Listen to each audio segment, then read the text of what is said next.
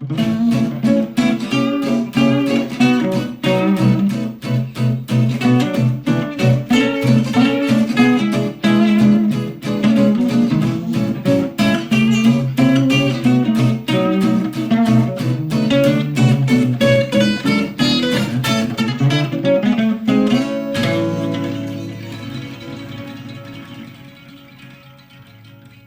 welcome back, Mark. So, Thank it's you very Mark much. Fitzpatrick. How are you? You all right? Doing great. Yeah, really good actually.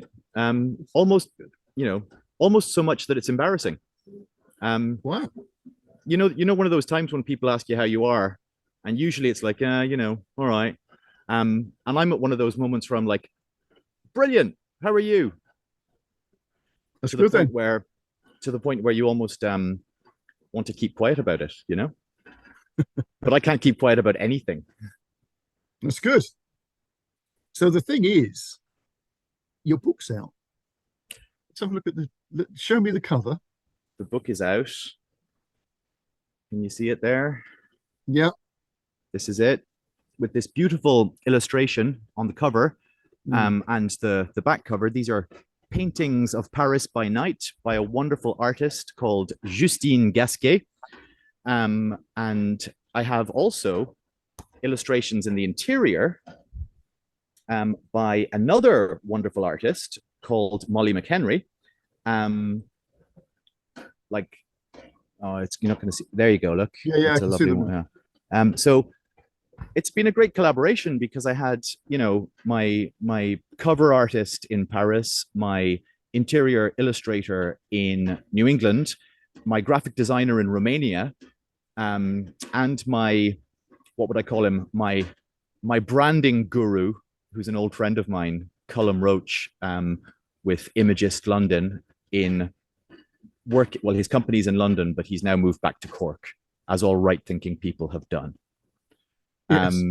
So it's been a real collaboration, and it's been 10 years in the making, more even. And in fact, I've been trying to publish a book for 20 years, maybe.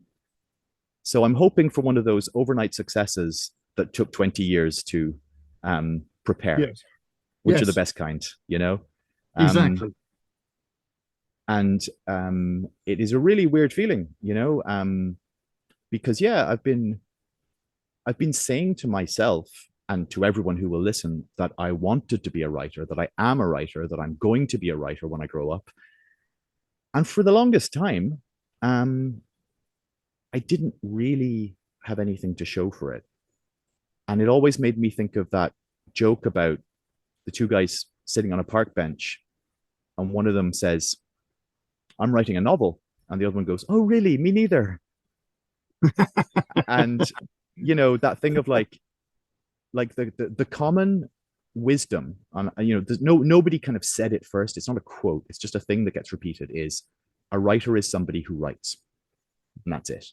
But there's another one that I find even more telling, and I can't remember who said it, but this is actually attributed to someone, but it's a writer is somebody for whom writing is much harder than it is for most people.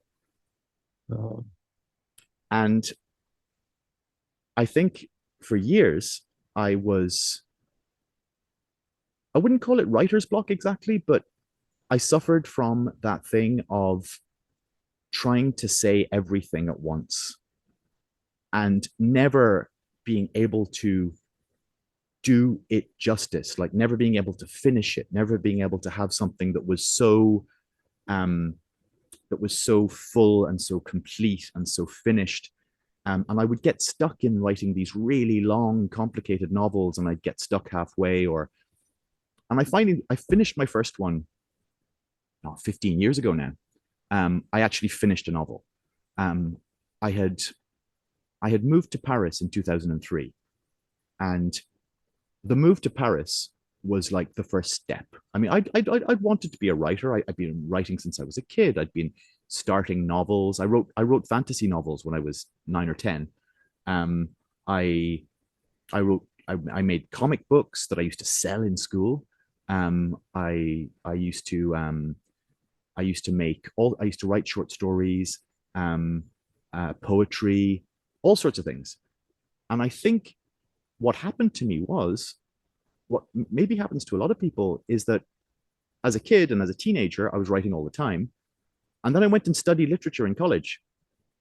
And it actually became a big issue for me because I was too aware of what I should be writing. I was working in a bookshop when I moved to Paris, which, you'd think perfect, right? But I had said to myself, I went and studied creative writing in Berkeley with great eminent writers. I tried to do a master's in creative writing, and I had an amazing experience because do you know the Irish poet Brendan Kennelly? You ever heard of him? No, no. He's wonderful, and he died in 2015 maybe, but quite recently, and he was a celebrity poet. He was a twinkly, charming, witty Kerry man, and he wrote beautiful, touching poems of the quotidian and of the marvelous. If anyone is interested, just look up his poem, Brendan Kennelly, and the poem is called Begin, and it is one of the most lovely things. And so I went to Dublin to try to sign up for a master's in creative writing in Trinity. And I went up, to visit, and I arranged a meeting with the head of the course, and I had my list of questions, and I had all my stuff prepared. And when I got there, I went to Dublin specially for this. And I walked around Trinity College and I said, oh yes, I can really see this, this is brilliant. Like I could really study creative writing here. Trinity has it's like it's got one, the quadrangle, and it's got like the Book of Kells in the library, and it's got it's really proper sort of Hogwartsy stuff. Yeah. And so I was like, oh yeah, definitely could see myself, and it was a rainy day in November, and I was swanning around in my overcoat, and I was kind of like, yeah, this is brilliant. So I got to the place, which happens to be in the house where Oscar Wilde's mother lived, I think, and he himself, I think. I think it's Westmoreland Street or something. And anyway, I came in, and the secretary said, oh, I'm sorry. Dr. Daw, Gerald Daw was the name of the guy who ran the course. He's sick today. He's not in. And I said, oh, because I had a meeting with him. And she said, oh, well, he must have forgotten to cancel. Sorry. And she said, but Mr. Kennelly is here. And he was the kind of writer in residence of the course at the time. And she said, I'll just see if I can catch him before he goes to lunch. So she grabbed him and made him come back to talk to me. And he had his coat on and his bag in his hand. And he went into the office and he sat down and he didn't take his coat off. And he put his bag on his knee. And I started asking him my list of questions about the course. And he was giving me these monosyllabic answers. And he was like, no, no, no. And after a moment, I just realized, like, this guy, he just wants to go to lunch. He does not want to talk to me. He does not want to expand upon these questions. So I just sort of stopped. And he then started asking me questions. And he asked me what I had done and where I had been and what I had studied and what and I told him, yeah, I did a year of creative writing and screenwriting workshops in California that I got a scholarship for. And I write plays and I put them on in our student theater, and I publish in, student magazines and do a radio show and all this stuff. And he said, no, you don't want this course. And I was taken aback. I said, well, what do you mean? I want to be a writer. Of course I want to do this course. And he said, no, you don't. He said, you're just afraid. You've been in permanent education for 17 years of your life, ever since you were 4. And you're afraid of losing that structure and that safety. He said, you don't need a writing course. You have everything you need already. You're already doing it. You don't need more education. You need more life experience. Yes. He said, don't do this course. Go and live. Go and get a job. Go and do something else and write about it. And I was taken aback. I thought, my God, he's telling me. And in a way, I was like, is this rejection? Is he saying you're not good enough? But I kind of understood, no, he's maybe right.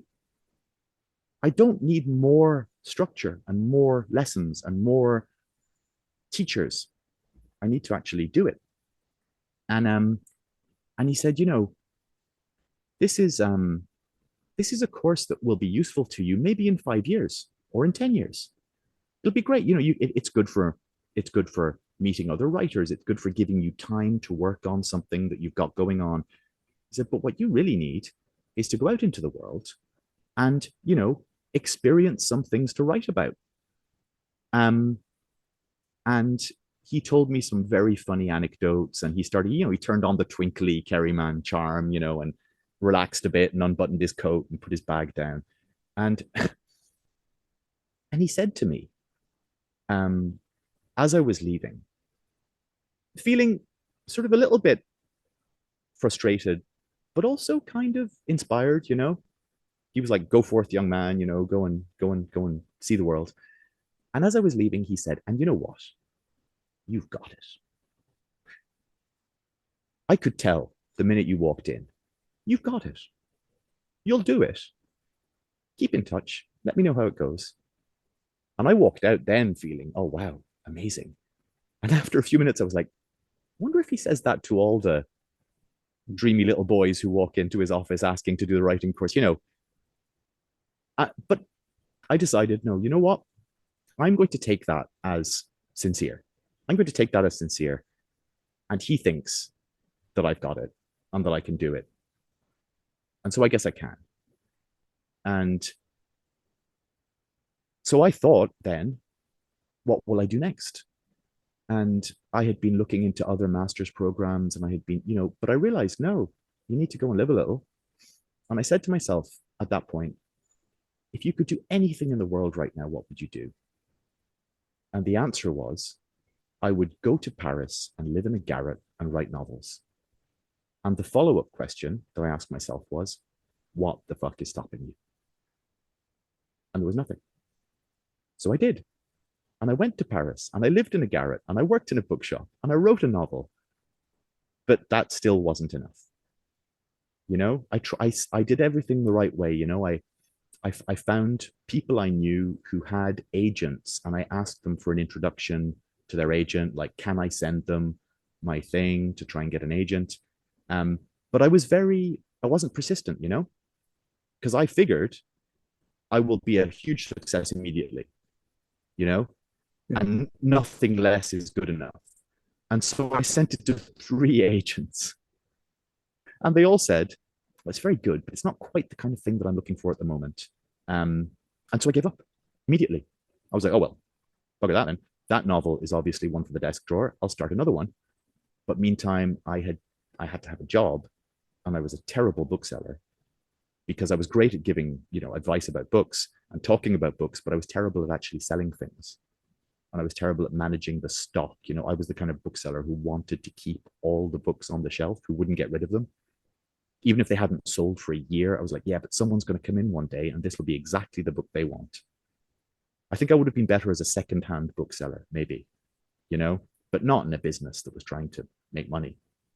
And not that secondhand book shops shouldn't make money, but they tend to have a more inclusive attitude to what they will keep on the shelves. It's not about just moving units. And so then I needed a job, and I went back into academia and got kind of sucked in by that, and like thinking, oh yeah, but surely you can be an academic and a writer. That makes sense. And I tried. And it was hard to do both properly. Because if you're trying to write a PhD thesis, it takes a lot of the energy that you need to write. But while I was doing my PhD thesis, for the first 2 years, maybe, I just studied everything else but what I was supposed to be studying. Spent loads of time in the library looking up obscure stuff, delving into esoteric texts and things like that. And at that time, in Paris, there is the famous bookshop Shakespeare and Company, Right. and they and it's not the original Shakespeare and Company. It's the one from so the original one, which is the one that sort of first published Ulysses and where Hemingway used to hang out and all of that. That shut down, and the guy who bought what was left of their stock set up a new bookshop, or he bought a bookshop. He's an American man called George Whitman, and he bought from Sylvia Beach, who was the one who ran the original Shakespeare and Company. He bought what was left of her stock, and he moved to a different location, and he asked her, if you're not going to keep running a bookshop, would I have your blessing in taking on the name Shakespeare and Company? And so he did, and that's the one now that is across from Notre Dame. And so they ran a competition for a novella, and I thought, ooh, that's a good idea because it's got a deadline, and it's not that it can't be too long. It can't be something that grows and ramifies and goes in every direction and ends up like aiming for 500 pages and all this. No, it has to be 100 pages at most. And I thought about what I was studying at the time, which was kind of late 19th, early 20th century genre fiction and sort of mystery, thriller, adventure, all of that. And I've been reading a lot. Stevenson was one of my authors that I was working on. And I've been reading his stuff that wasn't just adventure novels, but were kind of like urban thriller stuff, like the New Arabian Nights, or Jekyll and Hyde, indeed. Jekyll and Hyde, a great novella. Also, things like Picture of Dorian Gray or Heart of Darkness. Conrad was another, all those kind of around end of the 19th century kind of horror gothic novellas. And so I was very well versed in that stuff. And I said, you know what? That's my research. I'm going to turn it into a book, a fictional book. And that's what I did. And I wrote it really, really fast because for the competition. Of course, I didn't win. I got longlisted. And then I tried to get it published afterwards, but nobody publishes novellas, unless you're a 130-year-old classic. It's very hard to get a novella published. And so when I was looking in the last 2 years, I was thinking, okay, I've had enough. I've tried everything. Yeah, because then I tried again with my first novel to really try and get it published. Didn't work. And I thought, you know what? I'm going to publish it myself. I'm going to make my own publishing company. And I would even be interested in publishing other people. But as a trial run, I'm going to take this novel, Unreal City, which is the novella that I wrote, in which I tried to write in the style of a kind of a 1890s horror. And I'll make that the first one. And for many, many reasons, it has turned out to be just the right thing to do. And I'm absolutely delighted. So there's a lot of interesting things in that you were saying about your conversation, and being told to go out and live a bit. So you've got something to write about. I had a fabulous art teacher called Roy Sparks, who wrote a number of books on painting, and he was on sort of TV and stuff like that, sort of painting without a brush, and all this sort of thing, using objects and whatever. And Roy used to say, it's very, very important for you to recharge your batteries, and to do that, you need to go for a walk. You need to do something else. And I think this is one of the things that's not said enough. Yeah. And what you were saying about what we assume to be the course to go. Yeah. I need some more education and all the rest of it. And obviously, as you know, I'm a bit of a rebel generally. Yesterday I was examining for guitar, and And I'm sort of slightly conflicted by doing this. But, you know, it's a job. Yeah. But of course, what's going on there is that, you know, you're marking people for things, which in a way, that's really good to have a goal. It's really good to have that destination point, right? So that you could travel on your journey to learning. But unfortunately, what tends to happen with people is that the exam becomes something more than that. It becomes some sort of badge, some sort of thing that starts to corrupt the way they think about music. Absolutely. Absolutely. And I think that's the same with like studying creative writing or any kind of art. It's like, because what people start to think of is that the qualification, the title of MFA or whatever is an end in itself. And once I have that, I will be a writer, as if somebody could grant you an artistic license that you needed to apply for and qualify for and study for. And the other problem with it is, and I mean, I bet you know this with music as well as art, is that if you go to a highly reputable Master of Fine Arts in writing or music or whatever, there is a huge pressure to adopt the house style because there is a particular kind of thing that they tend to think is the best.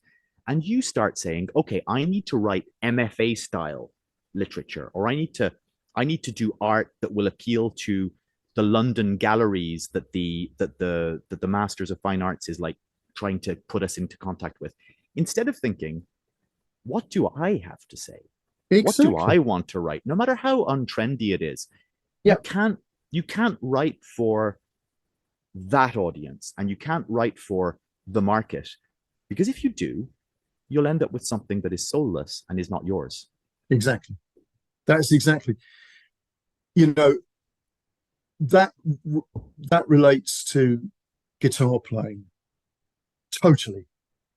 Completely. So if you look at the, you know, the sort of, how can I put this?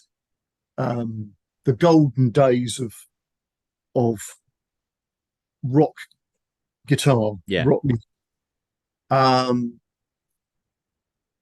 You know, we're talking about sort of late 50s, early 60s, into the 70s, and then it starts to change.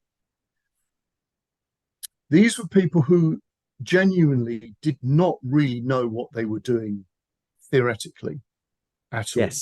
Yes. They learned by listening and copying off recordings and all the rest of it. And of course, if you do that, you can't always get it right. So you have to make some executive decisions about what it is that's going on. Inadvertently, you create your own style. You then you start to see the instrument, and the guitar's brilliant for this, and so is the keyboard, I would say as well, that you can cheat. There are little shortcuts and stuff like that. And all of those things are exactly what creativity needs. Yeah.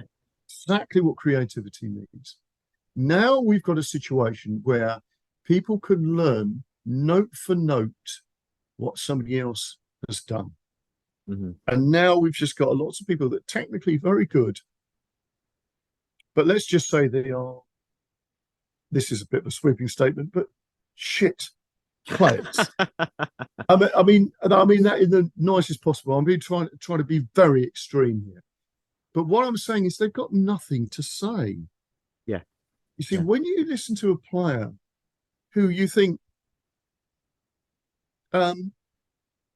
this guy sounds great, but he shouldn't do, because he does everything wrong. Yeah. Right? You know, the Keith Richards of this world. That, you know, all of these sort of characters who have got a unique style. And of course, all of those early players have got a unique style. All the flamenco players who, you know, they were completely illiterate, so they're not going to go out and buy a music book. It had to be worked out. Now you had to create. Now, I'm not saying they're not really good technical players. There are, but and I'm not saying that there aren't musicians out there who are playing something that has got soul. I'm not saying that Oh, for sure. Yeah. in that sort of way, but the problem is that they are inhibited in some extent, and I would bet my hat on this, that if you sat down and spoke to those people, and I have spoken to a few, and they have this opinion that the education side of it is a two-edged sword. Mm. And there are certain things that they manage to do because of it, but there are other things that they've lost because of it. Yeah. Because you lose the spontaneity, the naivety, the rawness. And as you say, that bit where like you try to achieve an effect that you've heard someone else do, but all you can do is hear it. You can't see what they do, you can't read what they did. And so you do it and you get something completely different. You're like, oh, but that's kind of interesting. Fucking around and finding out. Like just messing, playing in the sense of, ludic, like playing at something rather than just being good at playing. Child's play, experimentation. And it's so similar with literature, because the thing that had me blocked for years was that I knew too much. I knew too much about the technical sides of literature. I was so self-conscious because I knew in great detail how to deconstruct literature, to the point where it was really hard for me to have fun writing, because I was constantly aware, I was constantly aware like of what I was doing, and I was watching myself doing it as a critic. And I was also very aware, and this is something that's changed a bit in the last few years, but I was also very aware of the hierarchy in literature. How you've got popular fiction, which is crap, and you've got genre fiction, which is crap, and you've got then literary fiction, which is quality. And of course, I wanted to write literary fiction. And it's even worse with poetry, because you've got, poetry that sounds nice and says things about feelings and that people actually like, which is crap. And you've got stuff that is incredibly obscure and very experimental and full of references to classical mythology and other poets and academic poetry, which, let's face it, nobody likes. Nobody likes. It's no fun. It's not interesting. It's just dense and full of like, look how clever I am. But I thought I couldn't write poetry because the kind of poetry that I wrote when I tried to was much more sort of basic. It was stuff that rhymed, and it had like, alliteration, and it was about nature and feelings. I'm a romantic poet, is what I realized. And that's not trendy. No. Or I should say, it was not trendy when I was younger. But in the last 10 years, 15 years, this incredible thing has happened. People have started writing popular poetry again, and people have started reading poetry. Instagram was one of the things that helped, right? Instagram poets, people like Rupi Kaur. You've got slam poetry, performance poetry, poetry mixed with hip hop, people like K Tempest, people like, and not surprising. No, what to say? It is not an accident that many of the voices that are come out and are writing poetry that people actually like, that actually speaks to people, are women, or non-binary, or they're people of color, or they're people of populations whose voices were not being heard. And all these old white men in the ivory towers and the universities are saying, but that's not real poetry. Exactly. And they are absolutely jealous. So there's a point here that you sort of raised earlier, about how the establishment is. Let's just take it that there is we'll use the magical term egregore within a system of thinking that needs to feed itself and establish itself in continuity So, to give an example of this. This is something that I actually heard Gordon White say, which I thought was actually really interesting. If you were an archaeologist and you studied archaeology with the great man, whoever the great man was, you would not want to rock the boat of the great man's ideas of what archaeology was and his historical timelines. Absolutely. Even if it's wrong. So there has to be a period of time that elapses after the great man dies before you can debunk the great man's ideas, because your ideas are predicated on the great man's teaching. He is the giant upon whose shoulders you are standing. Exactly. Now, that is not just to do with archaeology, of course, is it? It's to do with everything. It's to do with political systems. It's to do with, dare I say, medicine. It's to do with, all these ideas that people have about stuff that's the status quo. Yeah. The great man's ideas, right? For sure. And so within that, there's that sort of colonialist thing that we are the people that have created this great edifice. And, we need to maintain, the moral rigor of our thoughts. Absolutely, because it's the project of civilization, of empire, is that we are the institutions, we are the hierarchy, and we want to perpetuate ourselves.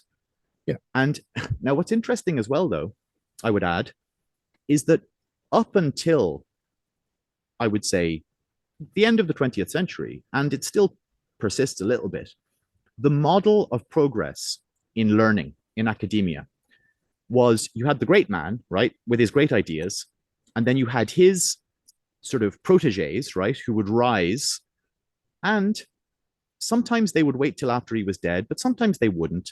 They would have a Freudian Oedipal conflict with the great man, and they would overturn him in order to take his place. They'd kill the father, right?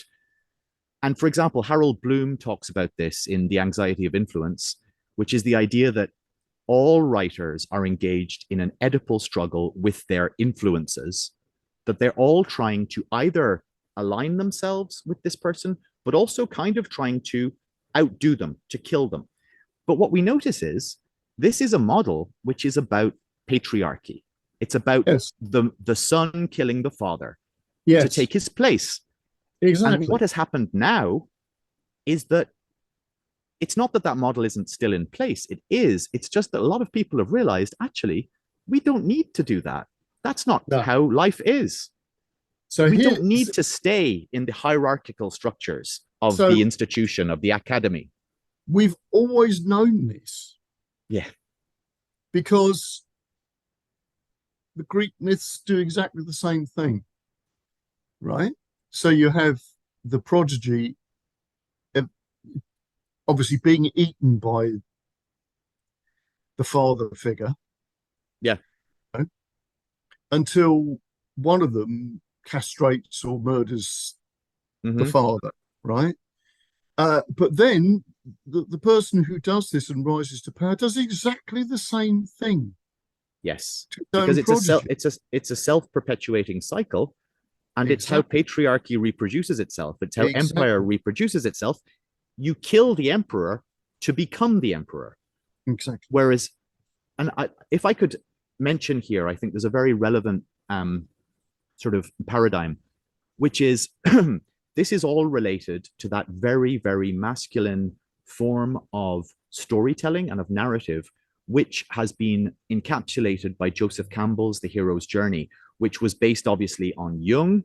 And Jung had that kind of relationship with Freud, right? He had to kill the father. But Jung was a bit more interesting because he wasn't all about that rule of the father. He was into much other things, but I won't go down that sidetrack. But so Joseph Campbell, who is a wonderful person, but also he was an ethnologist. He was totally imbued with colonialism, with empire, with all these things. And his hero's journey, as we know, which was so influential in Hollywood, Star Wars, etc., were literally written with a copy of it in their hand, with a copy of The Hero with a Thousand Faces. George Lucas was like, "Oh yeah, this is it. This is the model." Now, of course, it wasn't as if Star Wars was the first thing to be based on it. No. It is a it. Campbell said it was the monomyth. It was the one myth, which is kind of hilarious because obviously there can't just be one myth. But his theory was that every myth is this myth, and it's all about the journey of the hero who leaves the ordinary world, goes out into the world, has his adventures, vanquishes the beast. You know, it's the kind of stuff that now, in a very bastardized version, Jordan Peterson talks about. You know, it's that kind of very, very male model of life path, of success, the hero. Now, when 4 years ago, I had this amazing experience, and I think it's what finally freed me to write. I turned 40, and my wife had this idea that she would get everyone to chip in and send me on a writer's retreat. And at the time, I was having serious doubts because I had failed to get anything published ever. I had tried to play the game. I tried to do everything the way you're supposed to with the query letters and the sample pages and the blah, blah, blah, and the blah, blah, blah. Nothing. I'd even gotten some agents who were interested, and then they kind of kept me going for months saying, "Oh yeah, it's been busy. It's been the Frankfurt Book Fair." And then in the end, actually, you know what? It's really, really good, but we can't take it because we can't sell it. It's not commercial enough. And so I was having serious doubts. I had left the university. I had stopped writing. I had become a teacher, a school teacher, which I loved. But part of me said, "Really? Like, you're going to give up?" And I was like, "No, but teaching is great. Teaching is a noble profession. Look at the difference you make in kids' lives. Your books that nobody reads are not making a difference to anyone. Your academic work that nobody reads is not making a difference to anyone. Even the other academics don't care about your work. None of us care about anyone's work except our own, and other people's work only in so much as it can support our own." Now, I say that's the cynical view, but but that's often true. It's often true. It's a good view to have on the back burner. Yeah. But I said to myself, teaching is great. You are transmitting love of literature and passion for literature to young people who are full of enthusiasm and full of idealism. And it was wonderful. I loved it. The colleagues weren't so great, but that's teaching for you. Yeah, I know. Anyway, so she sent me on a writer's retreat in West Cork. And, I won't tell the whole story because it's long, but it was amazing. And I feel like it freed something in me to write. And one of the things, it was in this amazing writer's retreat called Anam Cara, which means soul friend in Irish. And the woman who runs it, Sue Forbes Booth, is an amazing woman. And she just so happened it was a miserable rainy week in March, and I was the only person there. I was kind of looking forward to hanging out with other writers, but there was nobody, just me. And so I had no choice. I had to work. And the night before I left, my little daughter, who was 1.5 at the time, she had poured water on my phone. She just, took a jug of water and poured it on my phone. And so I had no phone. I had no contact with the outside world. I decided that I would ban myself from using the internet connection. I just had to write. And I did. And Sue, this wonderful woman, is somebody who had, her background was as an editor at a very big publishing company. I think it was Cambridge University Press or something. Right. And she was pitiless with me. She was like, breakfast is at this time, lunch is at this time, dinner is at this time. Apart from that, you have to write. Get to work. And in the evenings, we would talk about work and talk about, we tell each other our own stories. She's a very interesting person. But she was having none of my bullshit. None of my bullshit. And one of the things that she introduced me to, and this is where I come back around to what the point was, is Joseph Campbell, The Hero's Journey. She introduced me to this incredible essay by Ursula Le Guin, who is one of my heroes. Yes. Ursula Le Guin wrote an essay called The Carrier Bag Theory of Fiction. And it is a corrective to The Hero's Journey. It is about a different way of thinking about narrative. Because she says, you know, the way all of these myths, all of these stories, they're all about the hero and his sword, his phallic sword or spear or lance.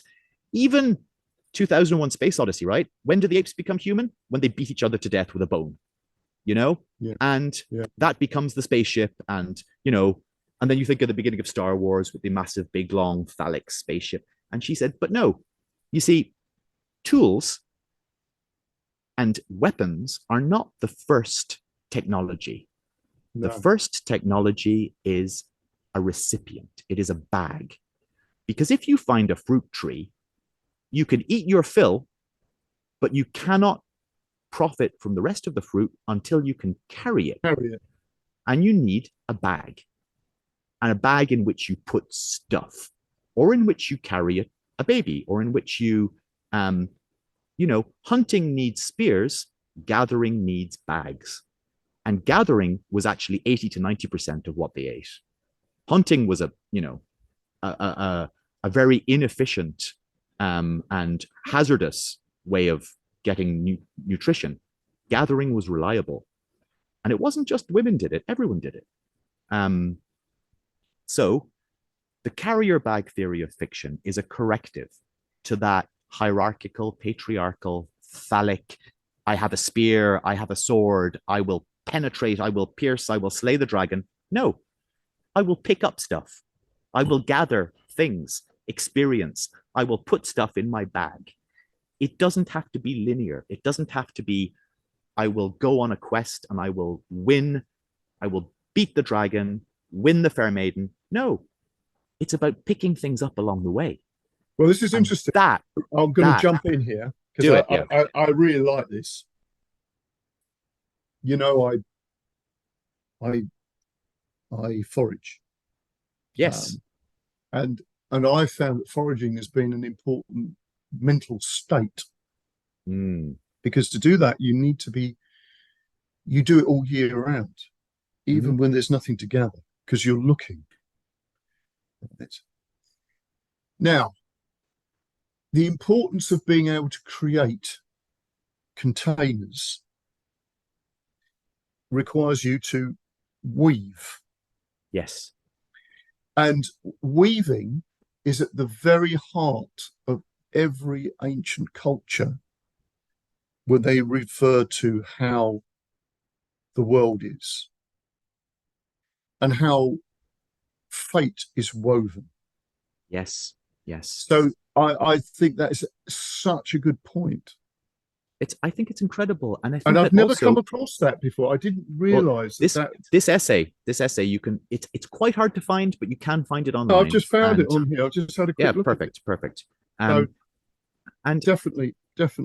And Sue sat me down and pressed it into my hands and said, "You need to read this." And in a way, you know what it reminds me of also? Think back to that interview with Brendan Kennelly, right? I said, I aspire to the baton, the scepter that will be passed on by academia. And he said, no, take your bag and go gathering. In so many words, that's what he was telling me. You don't need the scepter of authority. You need the bag of experience. And not only that, of course, he was sitting there with his bag on his lap. That's right. Which it really works. And I think also that, you know, obviously we need both, right? You need both. When you go foraging, it's good to have a stick, you know? Yes. A walking stick for poking things and pushing things aside. And, you know, you need your stick. You need your knife for cutting things. But you need your bag for this is what you put your treasure in. And the thing is, it's not just like the obvious treasure, like the dragon sword. It's, as you say, it's what you pay attention to. All the little things that you pick up But if you're on a single-minded quest to kill a dragon, you don't see the stuff that's on the roadside, that's by the wayside. You don't pick up things. And, you know, just another, I'm full of like, you know, little writerly anecdotes and advice, but Henry James, who is a wonderful, and he is capacious, he is inclusive. His books include everything. They are full of everything. You know, he's not single-minded. He's got a carrier bag. And he wrote this wonderful essay called The Art of Fiction, which is very famous and much anthologized. And it was a response to another guy who was Walter Besant, who had written an essay called The Art of Fiction. So Annie Besant's husband, whatever. Exactly. Yeah. She's actually much more famous than him. But Yeah. and Walter was a very popular writer, and he also set up the Society of Authors and was one of the first people to give to campaign for copyright for authors. So he was a good chap, you know. He was very public-minded, and he was very good about writers, like almost unionizing, you know, the Society of Authors. But as a writer, he was a bit pedestrian, and he was a bestseller. And one of the things in his essay that he says is this thing that gets repeated on and on and on and on: write what you know. Write what you know. So that means if you want to write about something, you have to do it, or you have to be it, or you have to, you know, write what you know. And Henry James, in his wonderful essay, says, don't write what you know. If we only wrote what we knew, our writing would be so boring, so limited. And he said, the trick is not to write what you know. The trick is to be someone upon whom nothing is lost. Pay attention to everything. It is not about what you know, it is about what you are open to, which should be everything. Yes. And I think that is so beautiful and so freeing, you know? It's not about who you are and what you do and what you've experienced. It's about how open your attention and your imagination can be. And you should be open to everything. You should be porous. You should be a receptacle, like the carrier bag. And I mean, wonderfully, this was one of my big things in my thesis. Robert Louis Stevenson, who was good friends with Henry James, he wrote a kind of a rejoinder to Henry James called A Humble Remonstrance, in which he critiqued Henry James's essay. And it's very, very funny because, for example, Henry James says he's kind of dismissive of genre fiction in his one. He's very literary. He's very, you know, it should be about real serious things and blah, blah, blah. And he says, for example, and this was kind of like a very affectionate teasing of Treasure Island. He said, for example, I know about, you know, the ins and outs of social situations and negotiations around, like, you know, marriage proposals. And, you know, these are things I know. So I can relate to that. And because Stevenson's point was that fiction, narrative, is to the adult what play is to the child. It is what allows us to play, to imagine, to play at being other, to play at other experience, other lives. And so that's lovely because you've got the Henry James thing, which is like this very, very committed and careful attention to the world around us. And then Stevenson, who's, but remember, there's a world around us in our heads as well. And that is imagination, and that is play, and that is romance, and that is adventure. And so they're beautifully complementary, actually. But as a young man, I wanted to be a serious modernist like Henry James or James Joyce or Yeats or, you know, all of these great writers, you know, dead white men. But what I realized through my study of Stevenson was that it's also about fun and romance and play and adventure. And I realized that my love of genre fiction, of fantasy, of horror, of the fantastical, my love of sweeping and sentimental poetry, just because these things are popular and accessible, does not by any means mean that they are less than. And so I freed myself to write fantasy again, like I used to as a child. I freed myself to write horror, to write nature poetry and love poetry and, and all these things. And I realized as soon as I took off the blinkers of academic standards and of literary realism and of, highbrow literary fiction and all of that, and I said, no, why don't you write something that you would want to read, like that would be fun, that you would want to devour? And one of the things, my book just came out a week ago, 10 days ago, and it's incredible because I've started to get reviews. And one of the reviews that I just cannot get over, I got a review on Goodreads, and this person says, the writing is so delicious that I want to slather it on a baguette and eat it, and relish it, and I just thought, what a wonderful thing. Yeah, it's so good, I want to eat it. That's magnificent. That is magnificent. I think, you see, that's more worthy, isn't it? Because it's connecting with people, not in an intellectual way. So here's a little story that comes from music that I think is similar to that. Yeah. I was in a band with a bass player who was brilliant, very unusual character. And it was because of him that I really learned how to write lyrics, because it was like, well, don't, that'd be boring. Don't do that. Do something. Because he was so eccentric, he would just play with words. He liked the sound of a word, so he would just stick it in a sentence, even if it didn't make sense. You told me a bit about him when I had you on my podcast. So this is the Brian, guy that showed you how to play with words. Yes. So Brian said to me once, we were talking about, what was the first single you ever bought, type of thing. And he said, yeah, I bought, I think it was Get Off My Cloud or something by the Stones. It was something by the Stones. And he said, I love the Stones. They make me want to go home and smash up all the furniture. So it's that sort of, I like that, because he was talking about it being a sensory experience. Yeah, absolutely. That you want to eat that thing.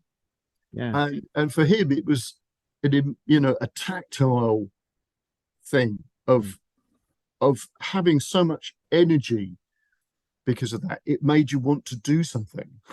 Yeah. Okay, smash up the furniture. But the idea was, that doesn't happen intellectually, does it? If you come at something from a perspective of, what is correct and what is what is the form and all that stuff. It's not, you're not dealing with that part of your thinking. And but let's also be clear, which is that, just as you said about the guitar players, right? Like, there are writers who are technically, intellectually brilliant and very polished, and they do exactly what they're supposed to, but that it lacks a bit of meat, it lacks heart. But let's not dismiss it. There are also writers who are technically brilliant, intellectually brilliant, and have heart and soul. Like, of course there are. Like the truly great ones, of course there are. But there are also writers that have technical brilliance and intellectual brilliance and heart and soul, and they write thrillers or adventure novels, but good ones, like quality ones. And it's interesting because I had studied, as an academic, I had been studying theories about genre fiction, a lot. And why does it work? And what does it do to us? And one of the things I came across was exactly what we're talking about here, which is that it's not just an experience that's in the head. it's sensory, it's in the body. And like one anecdote that comes to mind is, that wonderful writer and illustrator Maurice Sendak, the guy who did Where the Wild Things Are, right? That wonderful, wonderful book. He said that the greatest compliment on his writing that he ever got was a little boy had written him a fan letter. A little 4-year-old had written him a letter saying how much he loved Where the Wild Things Are. And Sendak wrote a response, and he drew a little picture and he said, "Thank you very much, Joey," or whatever, I loved your letter. And the mother wrote back to him and said, "Oh, Joey was so happy with your letter. He was so excited that he ate it." Right. He ate the letter. And Sendak said, "That is the biggest compliment I have ever had on a piece of my writing, was that it made him so happy. He was so in love with this letter that he ate it. He wanted to make it part of himself. He wanted to devour it.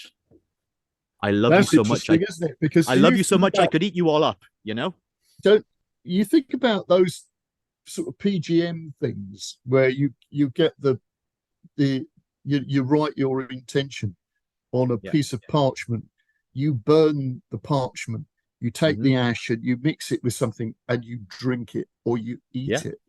Absolutely. You put it, you bring it into your body, you make it part becomes of you. Part of you. Yes. But there's another thing that when I was studying in Berkeley, I did a course on film noir, and I did, which is fascinating, and I studied like some film theory. And one of the things, and this came back to me later when I was writing and thinking about adventure fiction and romance, it was the idea that comes from a critic, and a very amazing film critic called Linda Williams. And I was being taught by another very eminent critic called Carol Clover. She's one of these people who has written seminal work on horror films. Her big one on horror films and gender is called Men, Women, and Chainsaws. And I think, and I think it actually is Carol Clover who came up with this idea of the final girl, like in a horror film, like the Jamie Lee Curtis character in Halloween or whatever, like that she's the one who survives and why. But what we learned about in that class when we were talking about this, with the Linda Williams ideas about what she calls the low body genres. And she's talking about popular cinema. And she's saying that highbrow cinema is something that you react to on an intellectual level. But popular genres, the body genres, are things that you react to in the body. For example, horror. Right. Horror, you react to the jump scare, with with fright. Like there's a kind of a melodrama. You react to the weepy, like a 3-tissue movie or whatever, and you're crying and oh God, it's so sad. But there's something cathartic about it. Yes. Obviously, pornography is the most obvious one because it exists to provide the paroxysm of orgasm. And well, that's not a 3-tissue job then. Well, however many tissues it takes, right? But exactly, her point was that popular narrative, popular cinema, and I think it works for books as well, it gives you a physical sensation. Wilkie Collins in the 1870s was writing what was called sensation fiction, and people it gets turned into the word sensationalism, etc. But actually, fundamentally, it means it provokes a physical sensation. It gives you chills. It makes you cry. It makes you laugh, like comedy as well, right? Comedy provides laughter, and all of these physical paroxysms are cathartic. If you go to a film and you have a really good cry, you feel good after that.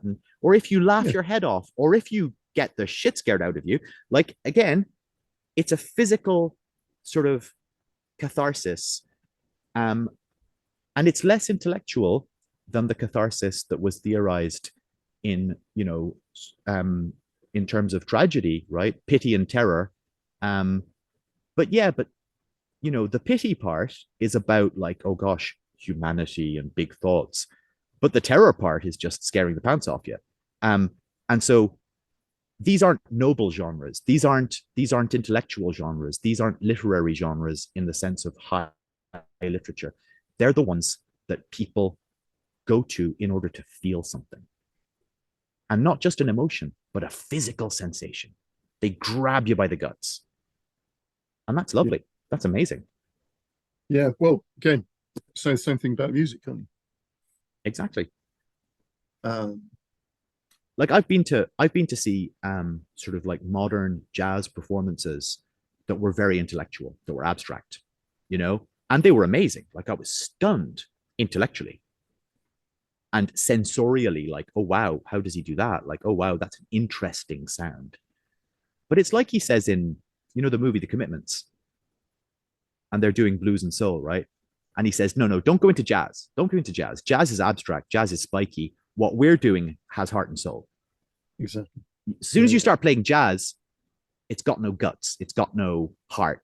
That's like, right. And obviously he meant like, you know, sort of experimental free jazz, whatever. But when you listen to soul and blues, technically it can be very simple.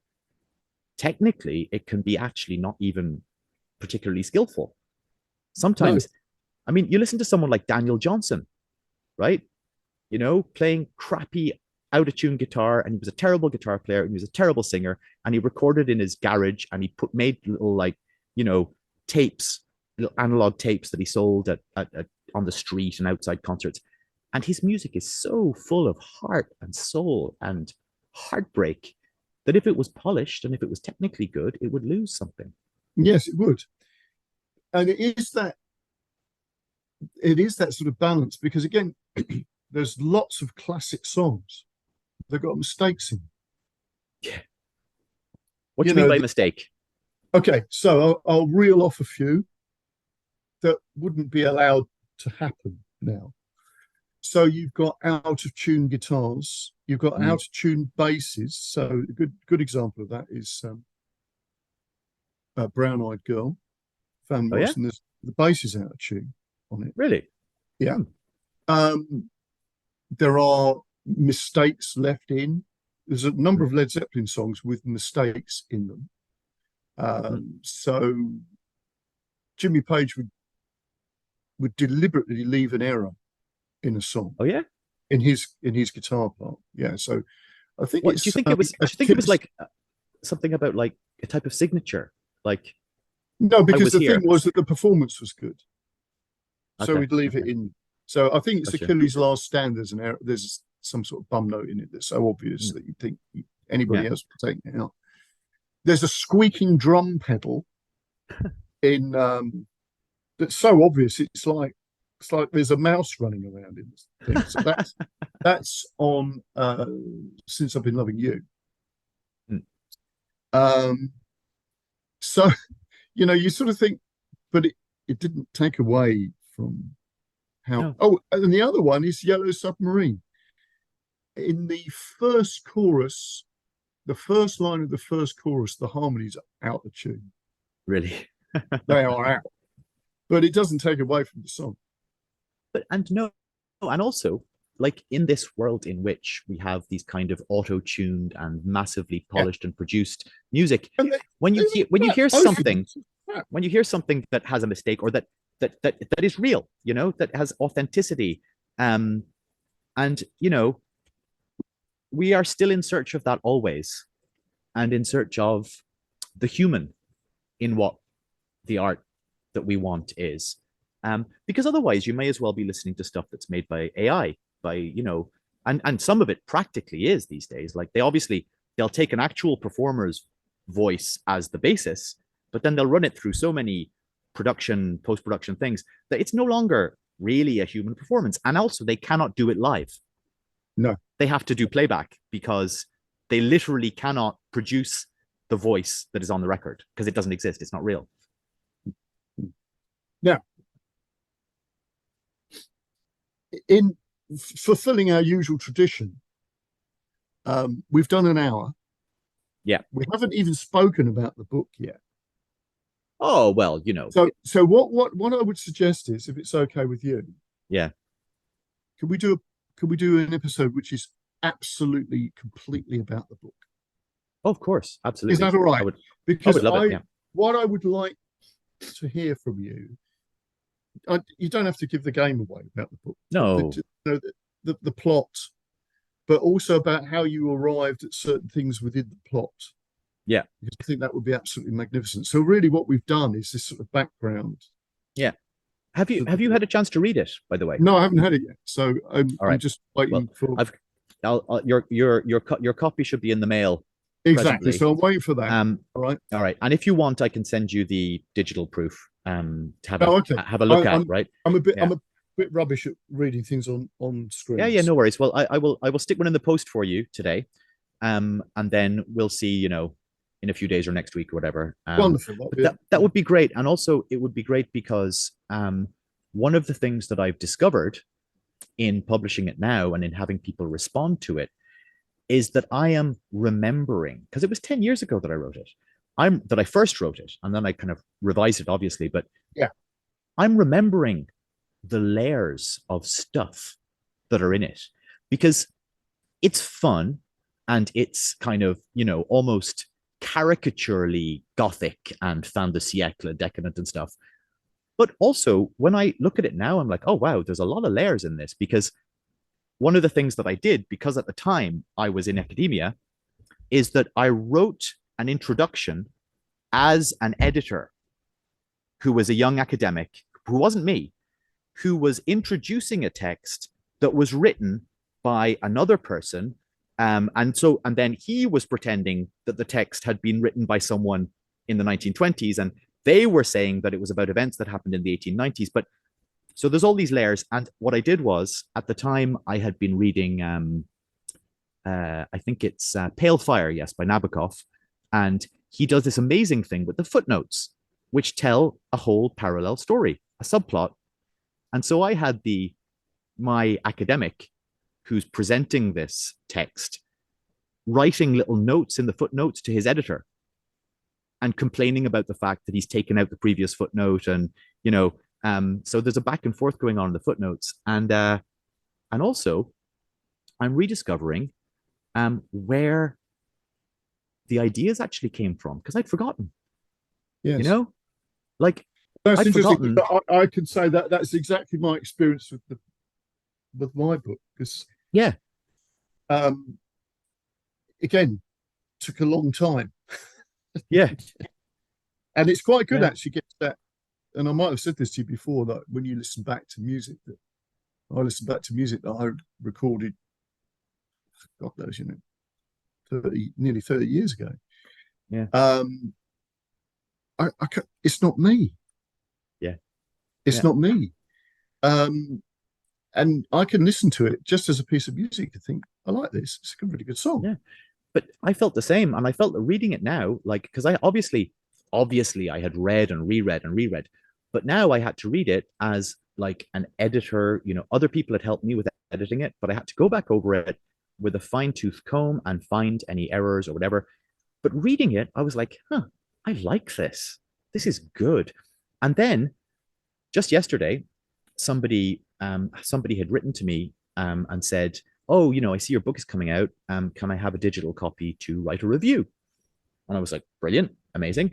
And she sent me an advance copy of her review just for me to check any factual stuff or whatever. And her review is incredible, because not only did she get all these different layers of stuff that were in it, like intertextual references and symbolism and all this kind of stuff, because I really overloaded it. In fact, it's almost satirical how over-determined it is. But she also found stuff in it that I didn't know I did. And she found references in it that I didn't know I made. No. But when she says, oh, and this is obviously a reference to this, I'm like, okay, yeah, sure. I mean, it looks like it is, doesn't it? And was I making them unconsciously? Maybe. Or maybe I just have put a book out into the world and now it doesn't belong to me anymore. No, well, it's exactly its own thing. It's its own thing, That goes back to the things that we've said, that, creative acts, it's not, you're part of the process, but it's not yours. No. They happen, and now it belongs to anyone who reads it. And if they see And this is what I told my students when they were writing about literature. I said, look, there isn't one determined meaning. And even if you ask the author, like, what did you mean by this? They can tell you, but they don't have the last word either. I said, no. If you look at a book, you're not telling us what it means in your essay. You are offering a reading. And if you're reading, if you can support it with evidence and argument, then it is valid. You know? And I'm not saying nothing means anything and everything is everything. I'm saying to propose a reading is like, okay, let's look at this book. We could read it this way, and that's interesting because there's X, Y, and Z in the book, and I'm going to argue that X, Y, and Z, and that's how you do it. It's not about finding what is the definitive meaning. It's about saying, here's what I see, and isn't that kind of cool? And the stuff that you see is sometimes it's not stuff the author intended or realized or thought about. It's not about the author having the be all and end all and the final word. The author is a snapshot, is a moment in time of everything that they have ever lived and read and experienced and consumed, and all of their culture and all of their unconscious and their conscious and the ideas in their society. And more or less consciously, they bring them all to bear on this one moment of time where they write a book. And then once it's done, you know, once it's loaded, they cast off and the book sails off onto the sea, and whoever happens to come across it is absolutely free to, you know, board it and steal all its stuff. Exactly. It's anyone's now, you know? Yeah. So on that, we shall say next time. All right. So, see you very soon. Yeah. All the best. Don't disappear. It's a pleasure as ever. Yeah, pleasure to chat with you, mate. All right. Speak to you soon.